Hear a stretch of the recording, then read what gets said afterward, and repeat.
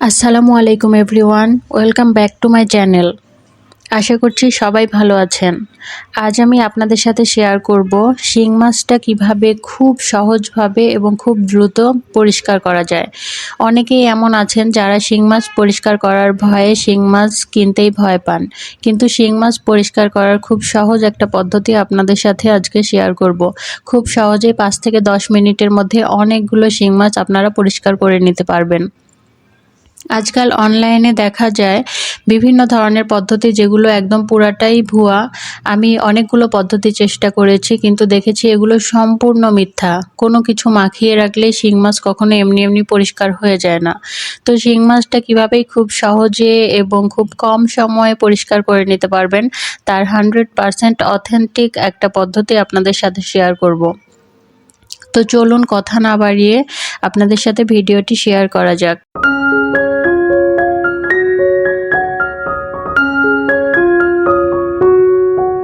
প্রথমেই আমি এখানে শিং মাছগুলোকে একটা পাত্রে ঢেলে নিচ্ছি। অবশ্যই শিং মাছগুলোকে একটু বড় সাইজের পাত্রে ঢেকে রাখার চেষ্টা করবেন। আমার পাত্রটা ছোট হয়ে গিয়েছিল। এরপর শিং মাছগুলোকে আমি একটু লবণ দিয়ে ভালোভাবে ঢাকনা দিয়ে ঢেকে দিলাম, কারণ লবণ দেওয়ার সাথে সাথে শিং মাছগুলো লাফালাফি শুরু করে দেবে। তো শিং মাছটাকে আমি একপাশে রেখে আরও কিছু মাছ নিয়ে এসেছিলাম, সেগুলো আমি সব গুছিয়ে নিচ্ছি। এখানে কিছু কই মাছ নিয়ে এসেছিলাম, সেগুলোকে আমি একটা পাত্রে ঢেলে নিলাম। কিছু বাটা মাছ নিয়েছিলাম, সেগুলোকেও ঢেলে নিলাম। এছাড়াও আমি রুই মাছ নিয়েছিলাম, রুই মাছগুলোকেও ঢেলে নিচ্ছি একটা পাত্রে। রুই মাছে কিছুটা পানি দিয়ে এক সাইডে আমি রেখে দিব। সবগুলো মাছ পরিষ্কার আপনাদেরকে দেখাবো না, জাস্ট শিং মাছটাই আজকে শেয়ার করব। সবগুলো মাছ পরিষ্কার দেখাতে গেলে ভিডিওটা অনেকটা বড় হয়ে যাবে। তো আরও কিছু ছোট মাছ নিয়ে এসেছিলাম, সবগুলো মাছই আমি আবার ঢেলে নিলাম।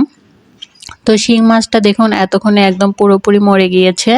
কই মাছটাও তাজা ছিল, কিন্তু কই মাছে কখনো লবণ দিয়ে রেখে দিতে যাবেন না, তারা কখনোই মরে না। কই মাছ মারতে হলে হয় তাদেরকে মাথা থেতো করে মারতে হবে, নয়তো ফ্রিজে রেখে দিলে খুব সুন্দর মরে যাবে।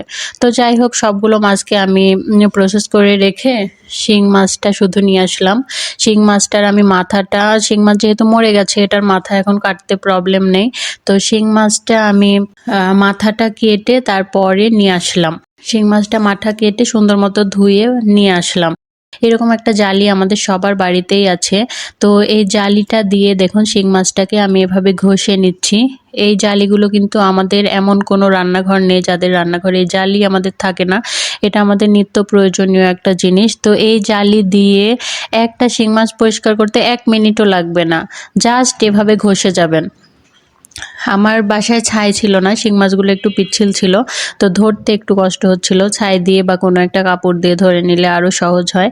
যাই হোক, শিং মাছগুলোকে জাস্ট দেখুন, আমি ভিডিওটা একটুও কেটে দিচ্ছি না, ভিডিওটা আমি জাস্ট একটু দ্রুত ফাস্ট ফরওয়ার্ড করে দিয়েছি। দেখুন শিং মাছটা কি সুন্দর সাদা ঝকঝকে পরিষ্কার হয়ে যাচ্ছে।